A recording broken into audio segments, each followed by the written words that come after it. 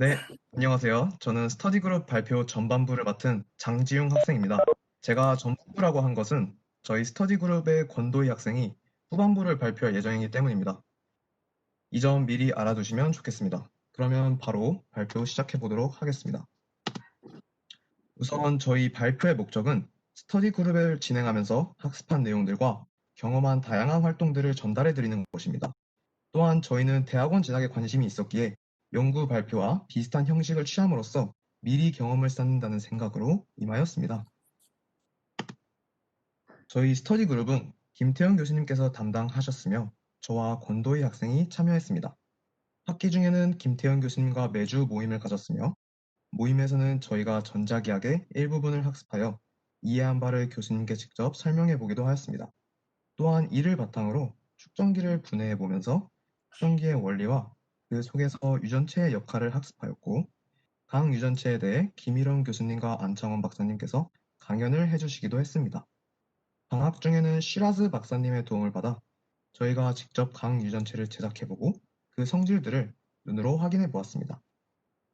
네, 이렇게 하면 끝은 아니고요. 네, 지금부터 저희가 학습하면서 이해한 것과 각 유전체의 중요한 성질을 직접 확인하는 과정을 설명해 보겠습니다.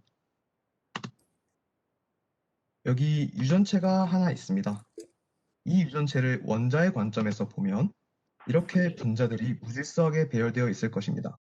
이제 유전체를 사이에 두고 오른쪽 방향의 외부 전기장을 걸어주면 이 분자들이 그림과 같이 재배열하여 상대적으로 좌측은 음전하를 그리고 우측은 양전하를 띠게 될 것입니다.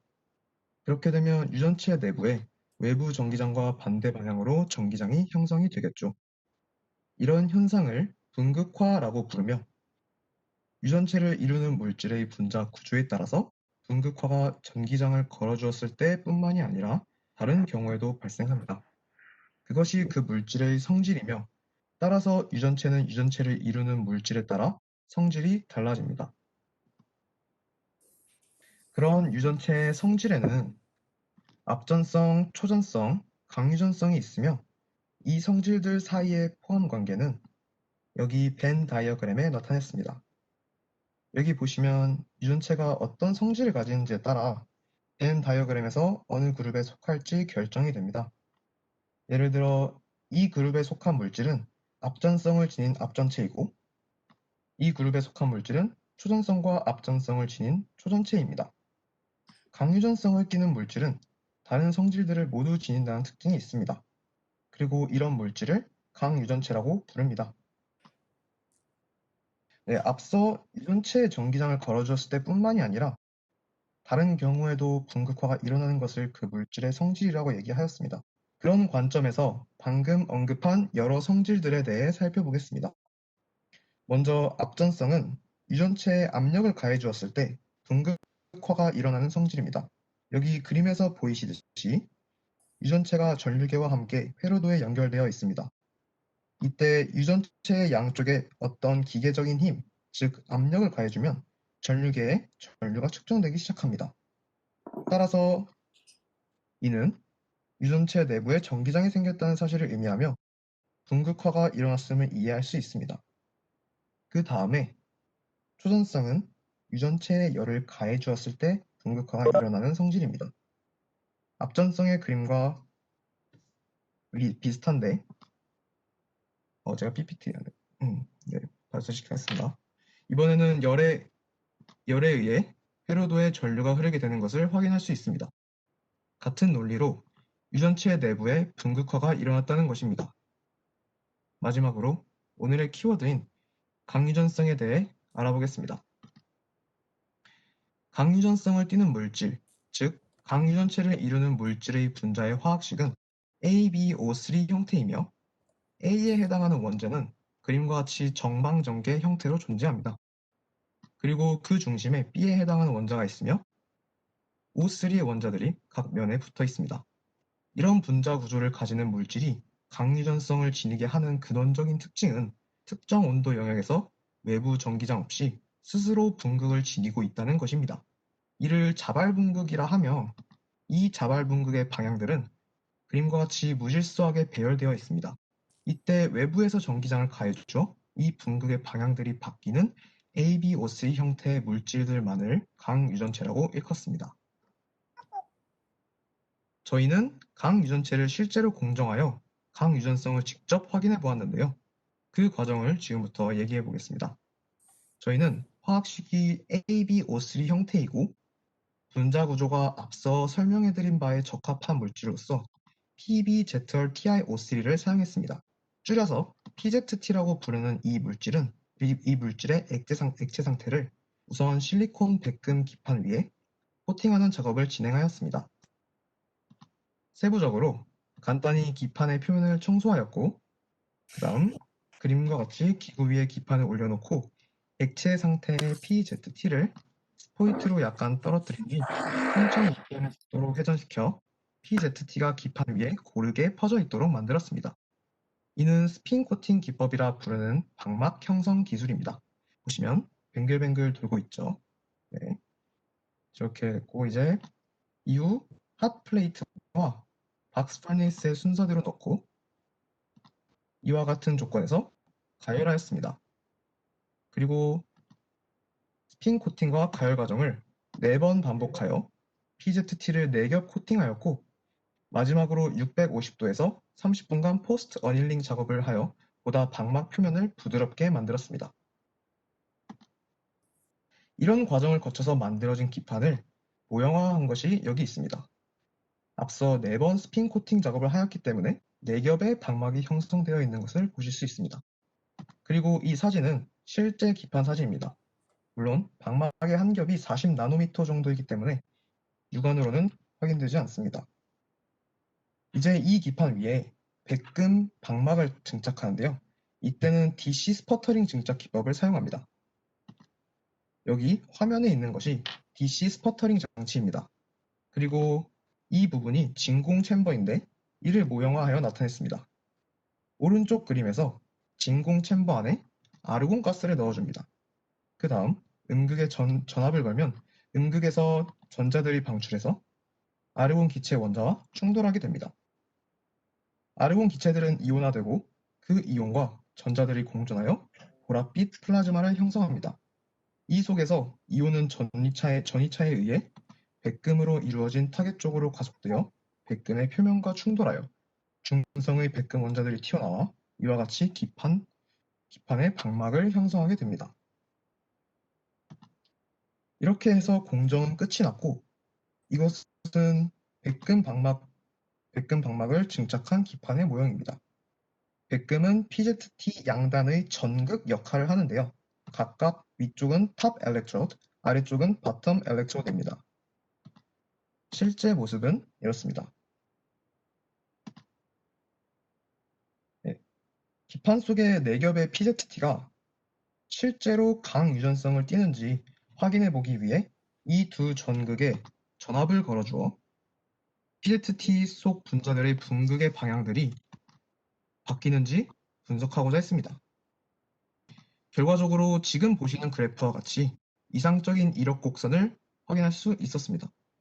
이를 분석하여 앞서 보여드린 화면과 같이 분극의 방향들이 PZT 양단에 걸린 전압에 의해 정렬됨을 확인하였습니다. 따라서 저희가 사용한 PZT라는 물질이 강유전성을 띈다는 것을 알 수 있습니다. 네, 그렇게 해서 여기까지 전반부의 발표가 끝났고 바로 권도희 학생이 긴 내용을 이어서 발표를 진행하겠습니다. 이어서 SEM과 XRD에 대해 발표를 시작하겠습니다. 먼저 SEM을 살펴보겠습니다. SEM 분석의 중요한 요소 중 하나는 CO의 전도성입니다. CO가 비전도성인 경우에는 CO 내부에 또는 표면에 전자가 누적되는 현상인 찰지업 현상이 있는데요. 표면에 누적된 전자가 전자빔과 반발력이 발생하여 2차 전자의 발생과 검출에 영향을 미치게 됩니다. 그래서 측정하기 전에 스퍼터링 과정을 한 번 더 거칩니다. 다음으로 SEM을 간단하게 설명하며 높은 에너지를 가지고 있는 전자빔을 발사시켜 기판을 전면에 전자빔을 스캔하여 조사하게 됩니다. 이때 반사에서 나온 전자빔을 검출하여 기판 표면을 이미지를 얻을 수 있습니다. SEM으로 PJT 각막을 측정하면 다음과 같은 이미지가 나옵니다. 이 이미지를 보면 앞서 언급한 것처럼 결정 구조에서 당유전체 자발 분극을 볼 수 있습니다. 하지만 저희가 만든 기판을 측정하게 되면 다음과 같은 이미지를 얻습니다. 저희가 사용한 솔루션이 오래되어 이 사진을 보면 각막 표면의 자발 분극을 볼 수 있습니다. 다음으로 XRD를 간단하게 설명하면 결정 내부 원자들이 규칙적인 배열로 되어 있는 결정에 X선을 입사하게 되면 결정 내부에서 모든 방향으로 산란될 것입니다. 그 중에서 X선이 보관 간섭 조건인 브래그 법칙을 이용하여 물질 내부 구조를 밝히는 장치입니다. XRD로 저희가 만든 방막을 측정하면 다음과 같은 그래프를 얻습니다. 이 그래프를 살펴보면 Y축은 해결된 X선이 상대적으로 입사한 양이고 X축은 입사한 X선과 격자면이 이루는 각도인 세타보다 측정계의 기하학적 배치를 잘 반영한 각도인 2세타입니다. 어느 각도에서는 피크들이 존재하는 것을 볼 수 있습니다. 이 피크들은 브래그 법칙을 충족하며 보관 간섭은 만족하여 발생되고 그래프상의 피크의 위치를 브래그 각인 세타를 찾을 수 있습니다. 이 두 식을 이용하여 반사에 대한 인덱스인 격자상수를 구할 수 있습니다. 사용한 시료가 어떤 성분으로 구성되어 있는지 몰라도 격자상수와 해저 패턴으로 이미지를 알고 있는 시료에서 얻은 것과 서로 비교하여 성분을 알아낼 수 있습니다. 네, 이것으로 저희 발표를 전달해 드린 것은 끝났고요. 간단히 저희의 스터디 그룹 활동을 하면서 저희가 느꼈던 소감을 간략하게 얘기를 해드리고 마치겠습니다. 먼저 저부터 얘기를 하겠습니다. 네. 저는 이번 스터디 그룹 활동을 하면서 또 한 번 흥미롭지만 새롭고 낯선 물리를 접했습니다. 제가 1학년 때 살면서 물리를 처음 공부 시작할 때 나중에 배울 어려워 보이는 내용들에 대한 두려움이 있었습니다. 다른 학생들 중에서도 저와 같은 감정을 느끼고 있는 친구들이 있을 것이라 생각합니다. 하지만 물리를 공부하면서 흥미가 생김에 따라 아무리 어려워 보이는 개념도 독학을 해낼 수 있을 것이라는 자신감이 생겼고 더 이상 물리 공포증은 사라지게 됐습니다. 그 사실을 이번 스터디 그룹 활동을 하면서 흥미를 또 느끼게 되어서 다시 한번 인지하게 되었고 따라서 물리가 싫지는 않지만 내가 할 수 있을까라는 생각들을 가진 학생들이 앞으로 스터디 그룹 활동에 참여한다면 저처럼 흥미가 생겨서 물리 공포증을 쉽게 벗어던지고 자신감을 가질 수 있을 것이라고 확신합니다. 저는 학과에서 배우는 내용이 어떻게 일상생활에서 쓰이는지 모르고 있었는데 이 스터디 활동을 하면서 배운 원리를 가지고 여러 가지로 확인도 할 수 있고 응용도 할 수 있다는 것을 알게 되어 좋은 것 같습니다. 이상으로 발표를 마치겠습니다. 네.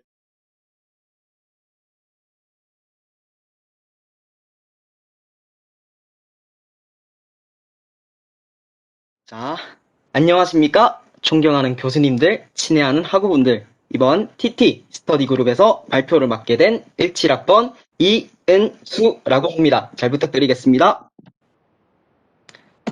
우선 저희 TT 스터디 그룹의 화목한 모습을 먼저 보고 들어가 보겠습니다. 자, 저희들이 한참 스터디하는 장면들인데요.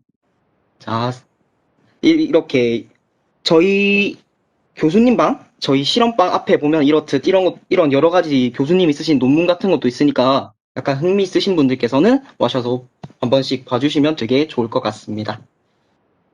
자, 이제 본론으로 들어가 보겠습니다. 저희 TT 스터디 그룹은 이번 한 학기 동안 메타 물질을 이용한 메타 렌즈에 대해 공부를 하게 되었는데요. 우선 본격적인 메타 렌즈 소개에 들어감에 앞서 빛에 대하여 간단하게 한번 설명하고 들어가겠습니다. 여러분들, 빛은 전자기파입니다. 이러한 전자기파적 측면에서 우리가 볼 수 있는 빛은 굉장히 작은 영역에 속한다는 것을 아시고 계시나요? 사실 빛은 굉장히 넓은 영역을 포함합니다. 다양한 빛을 소개하기 위해 빛의 성질 중 하나인 파장으로 설명해 보겠습니다. 자, 가장 먼저 파장이 가장 긴 라디오파부터 적외선, 가시광선, 듣기만 해도 짧은 느낌의 엑스레이, 감마레이까지 이처럼 굉장히 넓은 범위를 우리는 빛이라고 합니다. 그러나 이러한 빛 중에서도 저희가 눈으로 직접 볼 수 있는 빛은 굉장히 좁은 과시광선 영역인 390에서 700나노미터 정도입니다. 그리고 PPT 좌측 상단을 보시면 뭐라고 적혀 있습니까? 네, 빛의 스펙트럼이라 적혀 있습니다. 스펙트럼이란 색깔에 따라 분해해서 살펴보는 것을 말하는데요. 이러한 스펙트럼에서는 몇 가지 종류가 있긴 합니다만 먼저 연속 스펙트럼에 대해서 말씀드리자면 햇빛이나 전등과 같은 빛을 분광기로 보게 되면 빛의 색이 무지개처럼 연속적인 띠로 보이게 되는데 이때 이러한 띠를 연속 스펙트럼이라 합니다. 흡수 스펙트럼은 마찬가지로 백열 전구에서 나오는 빛을 온도가 낮은 기체가 포함된 관을 통과시킨 뒤 스펙트럼을 조사하면 이렇듯 어두운 선이 나타나게 되는데 이러한 흡수 스펙트럼이 생기는 이유는 기체를 통과하는 광자 중 전자가 높은 궤도의 에너지 준위로 전이하는 데 필요한 만큼의 에너지를 가진 광자만 흡수하기 때문입니다. 이렇게 진부하게 이론만 이야기하니까 좀 재미없죠? 네, 저도 재미없습니다. 자, 넘겨서 여기서 퀴즈. 혹시 빛의 속도가 몇인지 알고 계십니까? 네, 빛의 속도는 299792458 m/s입니다. 우리는 빛의 속도는 불변이라고 배웠습니다. 그럼 이러한 빛이 매질을 통과하게 된다면 빛의 속도는 어떻게 될까요? 네, 빛은 느려지게 됩니다. 엄연히 말하자면 빛의 속도가 불변이란 말은 진공 중에서의 빛의 속도, 즉 C값이 변하지 않는다는 말입니다. 그러나 빛이 매질에 들어가게 되었을 때 매질에서는 무수한 원자들에 의해서 광자가 흡수되거나 재방출되는 과정들이 반복적으로 일어나게 됩니다. 이와 같은 과정 때문에 같은 거리를 이동함에 있어서 시간이 지연되기 때문에 빛의 속도는 느려졌다 할 수 있는 것입니다. 우리는 일반 물리 시간에 빛의 굴절과 스넬의 법칙에 대해서 배웠습니다. 이러한 굴절을 잘 보여주는 대표적인 예가 바로 렌즈입니다. 이러한 렌즈는 카메라, 망원경, 현미경 등등 사물을 확대해서 볼 때 사용되는 대표적인 광학기기입니다. 이때 렌즈로 무엇을 볼 때의 과정을 간단히 설명하면 앞에서 만약 빛을 쏘아 렌즈를 투과를 하게 되면 렌즈의 중앙 부분을 지나는 빛은 굴절률이 공기보다 크고 두꺼운 영역을 지나기 때문에 빛이 상대적으로 느려지게 되고 양 끝단 쪽에 입사된 빛은 스넬의 법칙에 의해 굴절을 하게 되고 상대적으로 얇은 영역을 통과하게 되기 때문에 빠르게 진행하여 한 점에 동시에 같은 시간에 모이게 되는 효과를 만들어내게 됩니다. 이러한 굴절률을 잘 이해하면 이렇듯 재미있는 실험도 해볼 수 있겠는데요. 만약 굴절률이 같은 고체를 액체에 넣게 되면 다음과 같이 고체가 투명하게 보이게 되고 이를 이용하면 예수님처럼 물 위를 걷는 사람이나 공중에 떠있는 수도꼭지처럼 마술 같은 현상을 구현해낼 수 있겠습니다. 나중에 저는 이런 현상을 저의 조카들에게 보여줄 계획입니다. 자, 이제 본격적으로 메타 렌즈에 대해 살펴보도록 하겠습니다. 여러분들, 혹시 메타 물질이 무엇인지 아시고 계십니까? 저는 사실 스터디를 신청할 때도 메타 물질에 대해 잘 몰랐습니다. 저와 같이 학우분들 중에서는 모르시는 분이 계실 수도 있기 때문에 간단하게 먼저 설명하겠습니다. 그나저나 여러분, 뭔가 메타라는 단어, 뭔가 어디선가 들어봄직한 단어이지 않나요? 뭐 메타몬, 뭐 메타콘도 있겠고, 막 슈퍼맨, 막 배트맨 나오는 DC 코믹스에서도 약간 슈퍼 히어로들을 메타 휴먼이라고도 부르기도 한답니다. 약간 이제 무슨 느낌인지 감이 오시죠? 메타라는 단어는 그리스어로 비욘드, 즉 우리말로 초월하다, 뛰어넘다라는 의미를 가지고 있습니다. 따라서 메타 물질은 자연에서 발견되지 않은 물리적 성질을 갖거나 자연계의 물질을 뛰어넘는 물질을 메타 물질이라고 합니다. 제가 분명 방금 자연에 발견되지 않은 물질을 메타 물질이라고 했습니다. 이건 제가 준비한 그림으로 보면 보다 쉽게 접근할 수 있겠습니다. 자, 그림 보시죠. 자, 왼쪽 컵은 그냥 흔히 알듯 그냥 물속에서 정방향으로 굴절된 모습을 보입니다. 근데 오른쪽 컵을 보면 뭔가 좀 이상합니다. 굴절이 되기는 되는데 왜 반대 방향으로 되는 거지?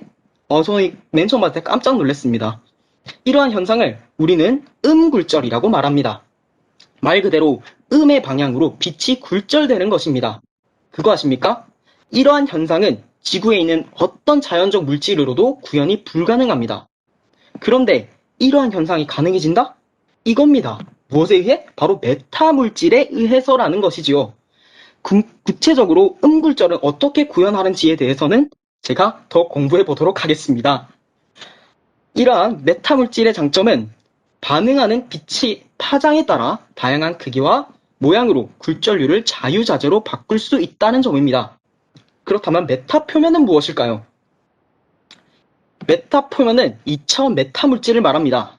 작동되는 원리를 쉽게 설명하기 위해 전파공학에서 이전부터 이용되고 있는 위상 배열 안테나를 간단히 설명하겠습니다. 안테나는 특정 주파수의 전파를 특정 방향으로 발사 후 그 신호가 돌아오는 시간을 이용해 제어 대상과의 거리를 알아내는 기기입니다.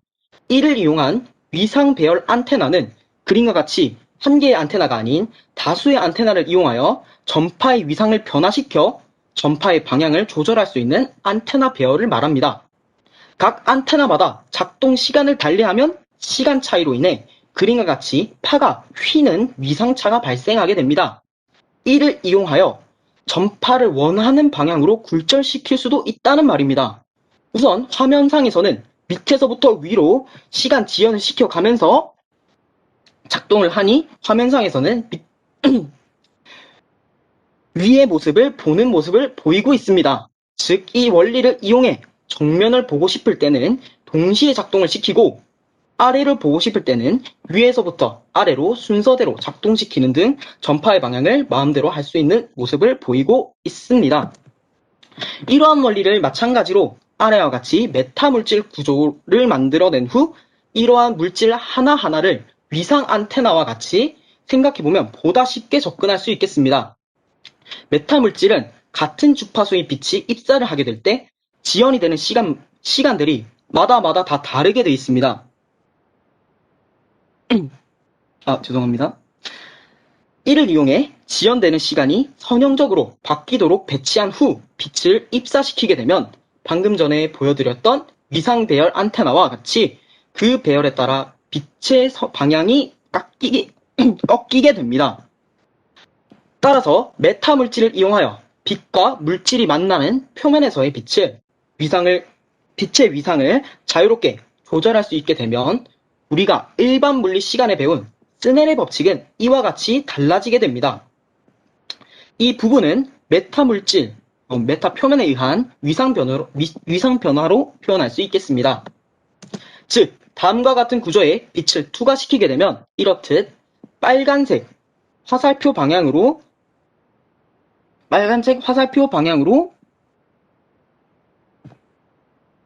빛이 진행이 될 것입니다.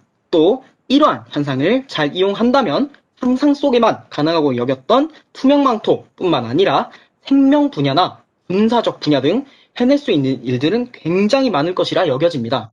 저희는 그 중에서도 메타렌즈라는 분야에 특히 관심을 두고 공부를 하였습니다. 여러분들, 핸드폰 카메라를 한번 봐주시겠습니까? 핸드폰 카메라를 보시면 볼록 튀어나와 있는 모습을 보실 수 있으실 텐데요. 전자소자는 혁신적으로 얇아지고 가벼워졌지만 빛을 조절하는 카메라 렌즈는 그 두께를 줄일 수 없어서 그렇습니다. 따라서 이러한 광합계의 두께를 혁신적으로 줄일 수 있다면 렌즈 사업에서의 편도를 뒤집을 수 있을 정도로 아주 획기적인 발견일 것입니다. 그 일을 해낼 수 있는 물질이 또 있습니다. 바로 우리의 메타 물질입니다. 이러한 메타 물질을 이용한 메타 표면을 이용해 굴절률을 인위로 변경을 시켜서 보이시는 바와 같이 렌즈의 두께는 매우 얇게 성능은 그대로 유지시킨 획기적인 렌즈를 만들 수 있는 것입니다. 빛의 방향을 자유자재로 조절하고 접속할 수 있는 이러한 메타 표면은 여러 분야에서 이용되고 있는데요. 우리가 생각하는 가시광선의 카메라 렌즈뿐만 아니라 파장이 긴 라디오파, 마이크로웨이브 등에도 응용이 가능하기 때문에 다양한 분야에 응용될 수 있습니다. 그 중에서도 상용화된 예로 위성 안테나가 있겠습니다. 위성 안테나의 접시 부분은 외부에서 들어오는 전파 신호를 안테나로 모아주기 위한 구면 거울 구조입니다. 이때 메타 표면을 이용하게 된다면 그 두께를 이렇듯 획기적으로 줄일 수 있어서 평평한 위성 안테나를 구현할 수가 있겠고 자동차, 요트 등에 이렇듯 손쉽게 설치할 수 있겠습니다. 자, 여기까지가 저희가 준비한 발표는 끝이 났고 이제 저희가 느낀 점에 대해서 한 명 한 명 한번 말씀드려 보겠습니다. 일단 저는 이러한 메타 물질, 메타 표면을 공부하면서 바로 안 되면 되게 하라는 정신을 알게 되었지 않았을까 싶습니다. 우리가 배우는 물리를 바탕으로 자연을 이해하는 데 그치지 않고 극복할 수 있다는 점이 매우 흥미롭고 재미있었습니다. 이후 저희 스터디 그룹의 후기 있겠습니다. 이재영 학생. 안녕하십니까. 17학번 이재영이라고 합니다. 소감은 한 학기 동안 교수님이 연구하시는 메타 물질에 관한 분야에 대해서 극히 일부였지만 배울 수 있는 귀중한 시간이었던 것 같습니다. 이번 학기 스터디 클럽이 끝나지만 이것이 끝이 아니라 3학년, 4학년 앞으로 계속해서 시작이라는 생각으로 꾸준히 공부하고 연구하고 싶습니다. 이상입니다. 자, 다음 박형기 학생. 네, 안녕하십니까. 박현기입니다. 지난 한 학기 동안 생소한 내용이었지만 되게 그걸 배움으로써 즐겁고 되게 유익한 시간이어서 정말 좋았고 또 좋았던 만큼 다음 학기에도 이 스터디를 연장시켜서 공부할 수 있는 기회가 왔으면 좋겠습니다. 감사합니다. 자, 다음 노우영 학생. 안녕하십니까. 17학번 노우영입니다. 네, 이번 스터디를 진행하면서 메타 물질의 비전과 몰랐던 내용을 알아볼 수 있어 좋은 시간이 되었습니다. 따라서 다음 학기에도 이러한 스터디 그룹 활동을 할 수 있는 기회가 또 있기를 기대하고 있습니다. 자, 다음 정소담 학생. 안녕하십니까. 정소담입니다. 이번 스터디를 통해 메타렌즈 또는 메타 표면을 직접 제작해보고 싶어졌고 광학에 더 관심이 많아지게 되었습니다. 네, 저희 발표는 여기까지입니다.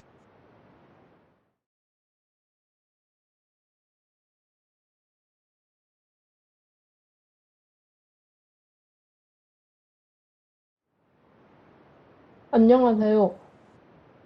코딩 클럽에서 활동한 장구 튜토리얼을 각 파트마다 나누어 진행하겠습니다. 여러분, 혹시 장고에 대해 한 번쯤 들어보셨나요?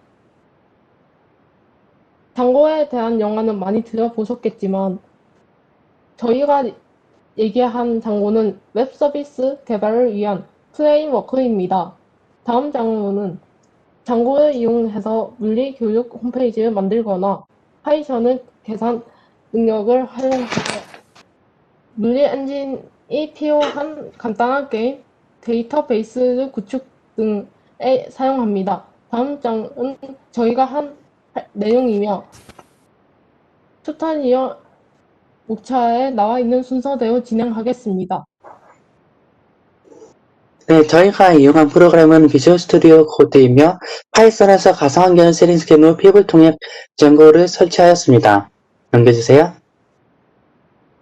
네, 먼저 저는 튜토리얼 파트 1과 파트 2 설명을 맡았습니다. 마이사이트 프로젝트를 생성하였으며 이렇게 함으로써 장고 프로젝트와 상호작용할 수 있는 manage.py 파일을 생성하고 그리고 우리의 프로젝트가 저장되는 디렉토리 마이사이트가 생성되게 되었습니다. 넘겨주세요. 네, 그리고 폴스 앱을 생성하는데 폴스 앱을 생성한 후 폴스 디렉토리 안에 있는 views.py와 마이사이트 디렉토리 안에 있는 urls.py 내용을 수정하여 보여질 내용을 나타내고 그리고 폴스를 urls 설정에 연결하였습니다.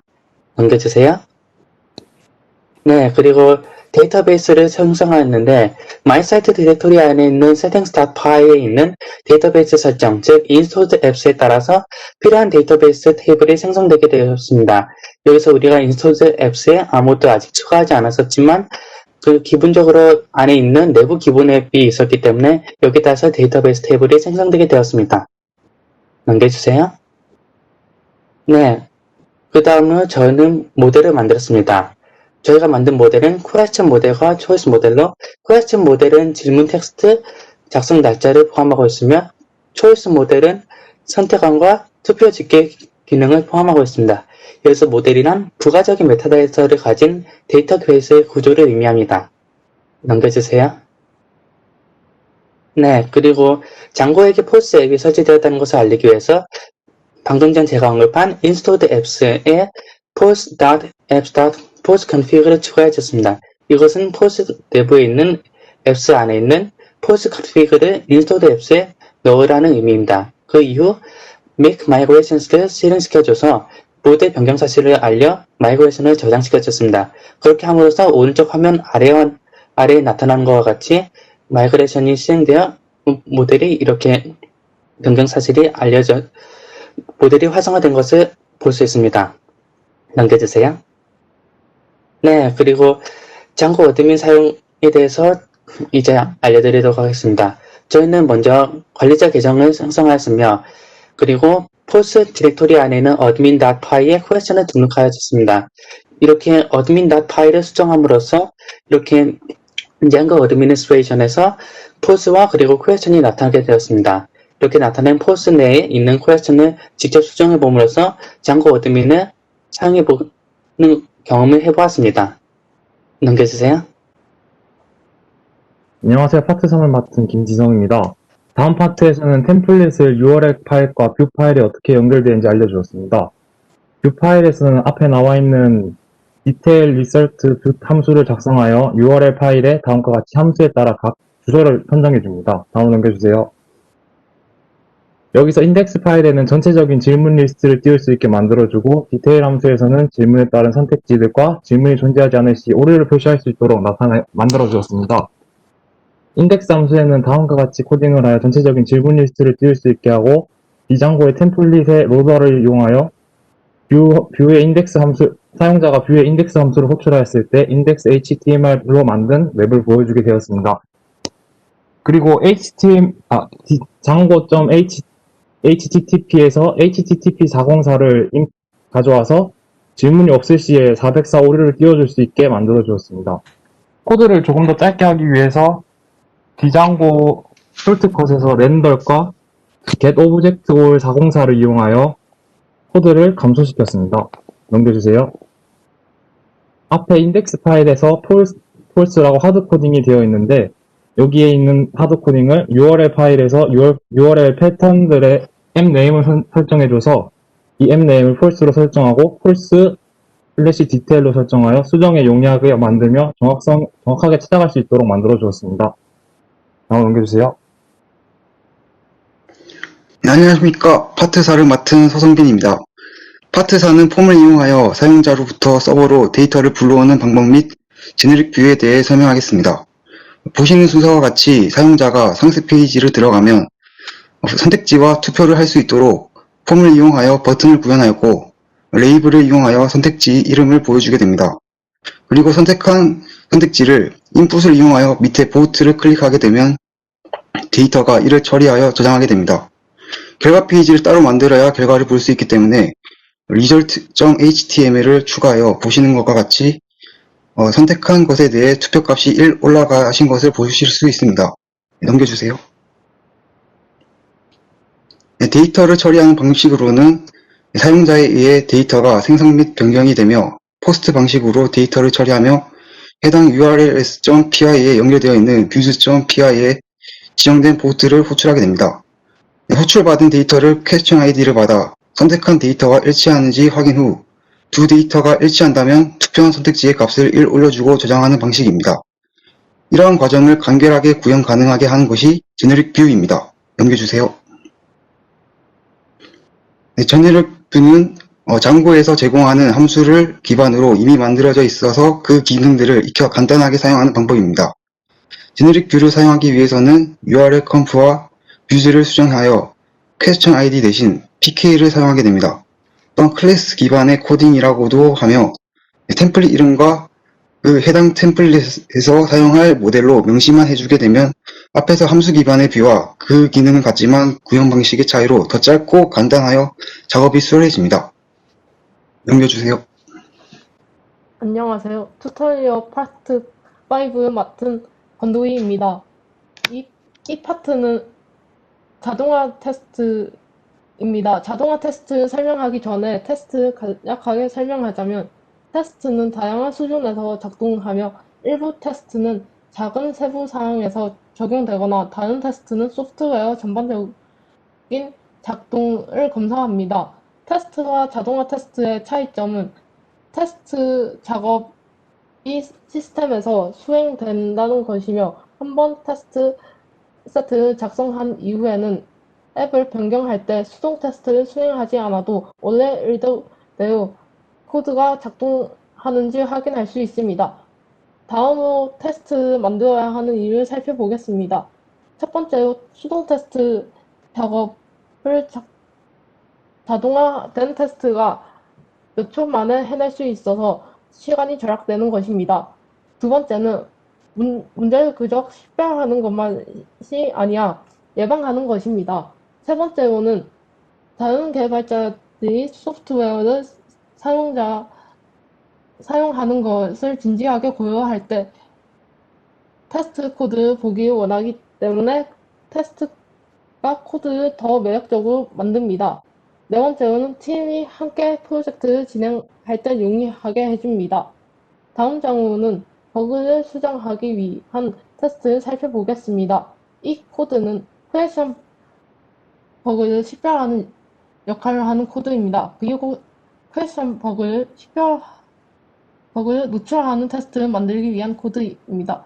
다음으로 테스트를 실행하면 어떤 테스트가 실패했는지와 실패가 발생한 위치를 알려줍니다. 이 정보를 통해 버그를 수정합니다. 네, 제가 맡은 부분은 파트 6 사이트 배경과 글씨 색상 변경에 대한 부분입니다. 넘겨주세요. 네, 첫 번째로 링크의 색상을 변경하는 방법인데요. 스타일 시트에 다음과 같이 사이트 링크에 색깔을 입혀주는 코드를 작성합니다. 만약에 다른 색상을 원한다면 레드, 블루 등 다른 이름을 입력해주세요. 네, 넘겨주세요. 네, 제가 직접 코딩한 부분입니다. 넘겨주세요. 네, 다음과 같은 디렉토리에 있는 문서의 메뉴에 우리가 스태틱으로 설정한 것을 HTML 문서로 불러들이는 코드를 작성합니다. 넘겨주세요. 넘겨주세요. 네, 터미널에서 py manage.py run 서버를 입력해 서버를 시작합니다. 그리고 다음과 같은 사이트에서 링크의 색상이 달라진 것을 확인할 수 있습니다. 넘겨주세요. 네, 넘겨주세요. 그리고 다음과 같은 디렉토리에 이미지스 폴더를 만들고 그 안에 원하는 이미지를 background.gif라는 이름과 파일 형식으로 넣어주세요. 그런 다음 스타일 시트에 다음의 코드를 추가해주세요. 위의 코드는 하얀색 배경에 우리가 원하는 그림을 넣을 수 있는 코드입니다. 넘겨주세요. 넘겨주세요. 넘겨주세요. 네, 또다시 터미널에서 이제 py-manage.py run 서버를 입력해 서버를 시작하고 다음과 같은 사이트에서 배경이 달라진 것을 확인할 수 있습니다. 넘겨주세요. 네, 넘겨주세요. 안녕하십니까. 튜토리얼 파트 7의 발표를 맡은 정동찬이라고 합니다. 앞선 파트들은 퀘스천과 초이스의 구조를 만들었다면 이번 파트는 관리자의 성향에 맞게 웹사이트의 서식을 바꾸는 파트입니다. 다음은 퀘스천 모델의 서식을 변경하는 과정입니다.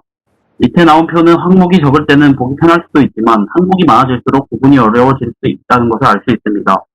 다음 장으로 가주세요. 따라서 어드민 파일의 퀘스천 어드민 클래스를 다음 표시한 부분과 같이 수정하고 저장하면 다음 장으로 보시는 바와 같이 데이터 인포메이션이라는 구조가 생기고 이전에 코딩해 주었던 필드셋의 순서에 따라 서식이 변경되었음을 확인할 수 있습니다. 다음 장. 또 질문 추가 편집 부분의 서식을 변경할 수 있습니다. 다음과 같이 어드민 파일을 코딩했을 때 다음 장 가주세요. 이러한 질문 추가 페이지가 나타나는 것을 확인할 수 있습니다. 그러나 초이스의 투표수가 한 라인을 차지하고 있어 가독성이 떨어지는 것을 확인할 수 있습니다. 다음 장 가주세요. 이것은 간단하게 어드민 파일의 초이스 라인 인라인 클래스에서 스택트 인라인 대신 테빌라 인라인으로 바꿔주면 투표판의 위치도 조절이 가능합니다. 다음 장 가주세요. 다음은 질문 목록을 표시하는 필드를 커스터마이징하는 과정입니다. 보시고 있는 섹션은 질문의 유무만 판단할 수 있을 뿐 언제 만들어졌는지 최근에 편집된 문서인지 확인하기가 힘든 것을 알 수 있습니다. 다음 장 봐주세요.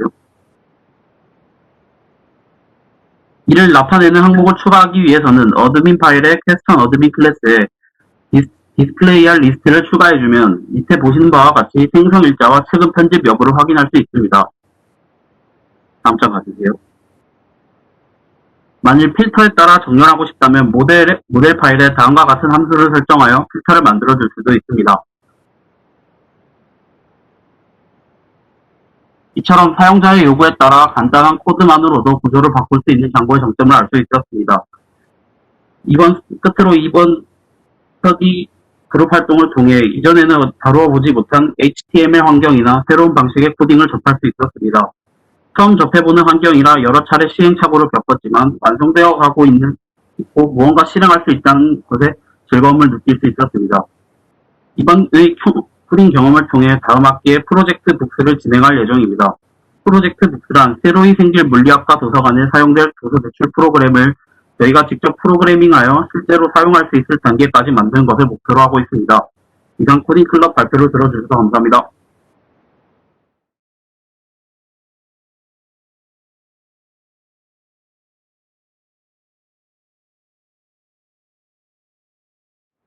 그러면 발표를 시작해 보겠습니다. 저희는 20학번 학생들로 모인 스터디 클럽입니다. 홍순철 교수님과 함께 일주일에 한 번씩 만나 똑같은 책을 읽고 질의응답을 가지는 방식으로 스터디 클럽을 이어갔습니다. 다 같이 만든 포스터를 발표하는 저는 20학번 황재성입니다. 그럼 발표를 시작하겠습니다. 빛 또한 파동이다. 전자기파, 전자파라는 말은 모두 한 번씩 들어보셨을 듯한 이야기입니다. 사실 그 전자기파 속에 빛이 포함되어 있습니다. 빛뿐만 아니라 라디오파, 전파, X선 또한 전자기파에 속합니다. 이들의 차이점은 파장의 길이 차이일 뿐 모두 같은 빛입니다. 파라는 이름에서 알 수 있듯 빛은 파동입니다. 또한 입자이기도 하고요. 저희도 처음 들었을 때는 이해하기 어려웠었는데 그것이 정상적인 반응이었습니다. 빛은 어떨 때는 입자의 성질을 가지고 있다가도 어떨 때는 파동의 성질을 가지기도 합니다. 그러면 파동이 어떤 파동인지 어떻게 알까요? 바로 파장의 차이입니다. 우리는 파장으로 각 파동을 구분할 수 있습니다. 종파든 횡파든 모두 한 번 진동하는데 걸리는 시간이 존재합니다. 그것을 주기라고 부르는데 모든 파동은 주기가 있습니다. 우리는 그것을 주기성이라 부르죠. 한 번 진동하는데 걸리는 시간이 있으면 1초 동안 몇 번 진동하는지도 알 수 있는데 그것을 우리는 진동수라 부릅니다. 이 두 가지는 반비례하기 때문에 2를 곱해주면 1이 됩니다. 이러한 파동의 성질을 알게 되었다면 우리는 파동의 속력을 알 수 있습니다. 속력은 일정한 시간 동안 움직인 거리를 의미하니 파동의 속력은 파동의 파장 곱하기 진동수가 되겠습니다. 반대로 주기분의 파장이 될 수도 있겠어요. 빛의 속력은 일정하기 때문에 파장을 알거나 진동수를 알거나 주기를 알게 된다면 나머지 두 가지 성질을 전부 알 수 있겠죠? 맥스웰은 물질이 없는 공간에서도 광속으로 움직이는 전자기파가 존재할 수 있음을 알아냈으며 이 전자기파가 바로 빛이라고 제안하였습니다. 어떤 지점에 위치하고 있는 자유전자를 상하 방향으로 진동하는 운동을 하게 되면 이 과정에서 상하 방향으로 진동하는 전기장이 발생합니다. 또 이 전기장의 시간적 변화 때문에 이 전기장과 수직인 방향으로 진동하는 자기장이 발생합니다. 이런 양상의 제3의 방향으로 퍼져나가면서 진동하는 전기장과 자기장이 갖고 있는 전기 에너지를 운반합니다. 이 전자기 에너지가 바로 빛의 에너지입니다. 전자기파는 공간을 가득 채우고 있습니다. 위의 그림은 전자기파를 파장에 따라 구분하고 이름을 붙여놓은 것입니다. 위 그림은 파장이 길수록 진동수는 줄어들고 파장이 짧으면 진동수는 길어지는 것을 보입니다. 전자기파 안에 전파가 존재하는 형태로 전자기파 내에서 파장이 가장 긴 쪽에서 위치한 파장을 전파라고 합니다. 전자기파는 눈에 보이는 빛과 눈에 보이지 않는 빛으로 나눌 수 있습니다. 눈에 보이는 빛은 우리가 흔히 아는 빨주, 노초, 파란, 보로 굽을 분류하는 무지개 색깔의 과시광선을 의미합니다. 적외선은 보이지 않지만 열을 효과적으로 전달하는 전자기파이고 열선이라고도 부릅니다. 가시광선은 우리 눈으로 볼 수 있는 빛의 파장의 범위를 대략 400나노미터부터 700나노미터입니다. 청색 과시광은 가시광에서 파장이 짧은 쪽이고 적색 가시광은 파장이 긴 쪽입니다. 자외선은 물질과 반응을 잘하고 화학선이라고 부릅니다. X선은 자외선보다도 파장이 짧은 빛입니다. 이 중에서 파장이 긴 X선을 연 X선이라고 하고 파장이 짧은 X선을 경 X선이라고 합니다. 감마선은 핵융합 반응이나 핵분열 반응이 일어나면 감마선이 나오게 됩니다. 빛은 직진하는 성질이 있습니다. 하지만 빛이 직진하지 않은 다른 사례가 있습니다. 레이저 포인터에서 나오는 광선을 컵이 담긴 잔잔한 물의 표면에 비춰보면 레이저 빔의 일부가 표면에 반사되어 나오고 나머지는 물속으로 들어간다는 것을 확인할 수 있습니다. 즉, 빛의 일부는 반사되고 일부는 투과되는 것입니다. 공기와 물의 경계면에 수직으로 그은 선을 법선이라고 부르며 경계면에 입사하는 광선과 반사하는 광선은 법선과 일정한 각도를 이루는데 이를 각각 입사각과 반사각이라고 합니다. 매끈한 표면에서는 입사각과 반사각이 정확히 같습니다. 이를 반사의 법칙이라고 합니다. 만약 매끄럽지 않은 표면에 레이저 빔을 쏘았을 때 반사되는 빛을 한 방향으로만 진행되지 않고 모든 방향으로 퍼지며 이러한 반사를 확산 반사라고 부릅니다. 빛을 완벽히 흡수하는 이상적인 검정 물체가 아니라면 빛은 물체의 표면에서 극히 일부라도 반사가 됩니다. 빛은 서로 다른 두 물질을 만나는 경계에 도달하면 방향을 바꾸면서 꺾이는 성질을 갖고 있으며 이를 빛의 굴절 현상이라고 합니다. 물질에 따라 빛이 굴절할 정도가 다른데 물질의 이런 특징을 굴절률이라고 합니다. 굴절률이 큰 물질일수록 빛이 같은 각도로 입사하더라도 굴절각이 작아지면서 법선 쪽으로 많이 꺾입니다. 빨간색이 가장 적게 굴절되어 위쪽에 자리 잡고 보라색이 가장 적게 많이 꺾이며 아래쪽에 자리 잡는 게 이 밑에 사진에 있는 프리즘입니다. 빛이 퍼진다는 의미에서 분산이라고 하고 물질이 가지는 분산이라는 특성 덕분에 우리는 프리즘을 이용해 빛을 색깔별로 분류할 수 있게 되는 것입니다. 빛의 세기는 파도의 파괴력과 비유할 수 있습니다. 파도의 마루와 골이 만나는 지점은 잔잔한 곳이지만 마루와 마루가 만나는 높아진 파도나 골과 골이 만나 아래로 푹 꺼진 파도는 파괴력을 가지게 됩니다. 전기장의 마루와 골이 만났을 때 나타나는 현상을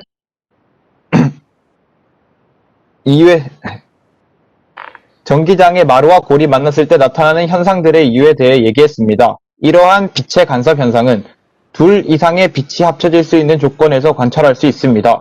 이러한 예시로 일상에서 가장 흔하게 볼 수 있는 사례가 비눗방울입니다. 햇빛과 같은 외부의 빛이 비춰질 경우 막의 표면에서 빛의 일부가 반사하게 됩니다. 위쪽의 그림을 보시면 B라고 표시한 빛이 바로 막의 표면에서 반사된 빛이고 실선은 입사되는 빛이고 점선은 반사되는 빛을 의미합니다.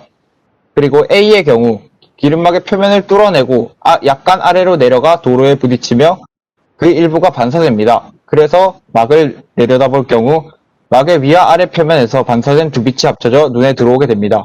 이 두 빛이 보강 간섭을 일어나면서 밝은 빛을 느낄 수 있고, 이렇게 반사된 두 빛이 보강 간섭을 일으켜 센 빛인 C를 만들어낼 수 있습니다.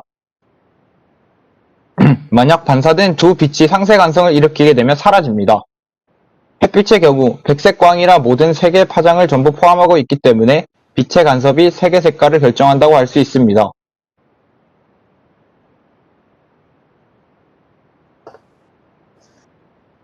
망막에는 물체의 상이 거꾸로 맺히는 걸 볼 수 있는데, 이러한 시각 정보를 받아 내가 해석하는 과정에서 바로잡는 것을 알 수 있습니다.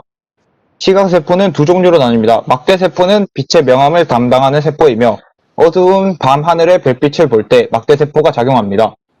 원뿔세포는 빛이 밝아야 작용하며 색깔을 구분하는 역할을 담당합니다. 원뿔세포는 삼원색이라고 부르는 청, 녹, 적에 대응하는 청원뿔세포, 녹원뿔세포, 적원뿔세포의 세 가지 원뿔세포가 존재합니다.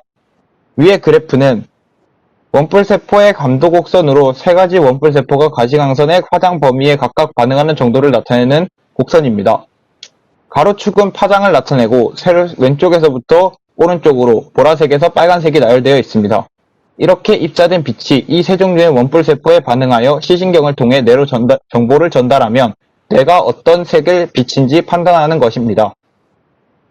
색을 만들기 위해 섞거나 흡수하기도 하는데요. 가법 혼색으로 빛의 삼원색을 적절히 이용해 우리가 인지하는 색상을 만들 수 있습니다. 화소라고 부르는 기본 단위가 존재하는데 화소 하나는 RGB라고도 하는 세 가지 부분으로 이루어져 있습니다. 이 세 가지 색깔의 빛이 빛의 삼원색이라고 합니다. 가법 혼색으로 빛의 삼원색이 모두 섞여 있는 흰색 빛에서 특정 색깔을 흡수해서 빼버리고 흡수되지 않는 빛으로 색을 만들 수도 있습니다. 화소는 각각 RGB에서 나오는 빛의 세기를 조절해 색상을 결정합니다. 또 어떤 파장 대역에 빛이 반사되는가에 따라 우리가 느끼는 색이 결정됩니다. 인류는 불을 이용하기 시작하면서 밤까지 삶의 영역이 확장되었습니다. 많이 사용하는 형광등이 빛을 내는 원리는 형광등의 몸체에 해당하는 유리관 내부에 공기를 모두 빼고 특정한 기체로 채웁니다. 그 기체는 네온이나 아르곤처럼 18쪽 원소들인 비활성 기체라 불리는 원소들입니다. 여기에는 수은도 들어가는데 수은은 상온에서 유일하게 액체 상태를 유지하는 금속입니다. 비록 액체라 해도 일부는 수증기처럼 기체 상태로 형광등 내부를 채우고 있습니다. 또 형광등 양쪽에 필라멘트 타입의 전극이 있어 전압을 걸 수 있습니다. 스위치를 켜 전극에 전압을 가하면 필라멘트에서 음전하를 띠는 전자가 형광등 내부로 튀어나와 형광등 속을 채우고 있는 기체와 부딪히면서 운동 에너지를 원자들에게 나눠줍니다. 유리관의 내벽에 형광물질이 있는데 형광물질은 외부로부터 에너지를 받아 그 일부를 가시광선으로 바꾸는 물질을 일컫습니다. 형광등이 형광등이라고 불리는 이유는 빛을 만드는 데 있어서 형광물질이 핵심적인 역할을 담당하기 때문입니다. 형광등의 원리는 형광등에 공급된 전기 에너지는 전자가 빠르게 움직이게 해서 운동 에너지를 만들고 이것이 수은 원자에 공급되어 자외선 에너지로 변한 다음에 형광물질을 거쳐 최종적으로 빛이 나기 때문입니다. 다음은 가장 최신 조명 기술이라 할 수 있는 LED입니다. LED는 반도체로 만들어집니다. 실리콘과 같은 반도체 불순물을 약간 넣어주면 불순물의 종류에 따라 양의 전기를 띠는 P형 반도체와 음의 전기를 띠는 N형 반도체를 만들 수 있습니다. N형 반도체와 P형 반도체를 나란히 붙인 소자를 다이오드라고 하고 그 중에서 빛을 내는 다이오드를 LED라고 부릅니다. LED는 삼원색이라 불리는 빨강, 초록, 파랑을 나타내는 세 종류가 불을 밝히고 있습니다. 그런데 백색을 내는 이유는 빨강, 파랑, 초록의 빛이 자연스럽게 섞이면서 백색 광원이 되는 것입니다. LED 중에서는 LCD와 OLED가 있습니다. LCD는 다른 조명 장치의 도움을 받아야 하는 디스플레이이고 OLED는 스스로 빛을 내는 디스플레이입니다. LCD가 스스로 빛을 내지 못하는 이유는 LCD의 부하소는 빛이 투과되는 양만 조절해주는 스위치 같은 존재이기 때문입니다. 19세기 초부터 본격적으로 태양의 분광 스펙트럼을 상세히 조사하기 시작했습니다. 햇빛의 스펙트럼이 연속적으로 완만하다고 생각했지만 태양빛의 연속 스펙트럼 중간중간에 특정 파장들이 빠져서 검게 보이는 선들을 다수 발견했습니다. 그 선들은 흡수 스펙트럼으로 프라운포퍼선이라고 부릅니다. 위의 검정 선들은 천상의 물질, 즉 별과 지구의 물질이 같은 원소로 구성되어 있다는 증거입니다. 이것은 태양계 내 모든 천체, 다른 별들과 은하를 포함해 우리가 바라보는 우주의 전체들도 지구의 물질과 다름없는 100여 가지의 기본 원소들로 구성되어 있다는 것입니다. 빛을 이용하는 진단 장비. 다들 혹시 CT는 들어보셨나요?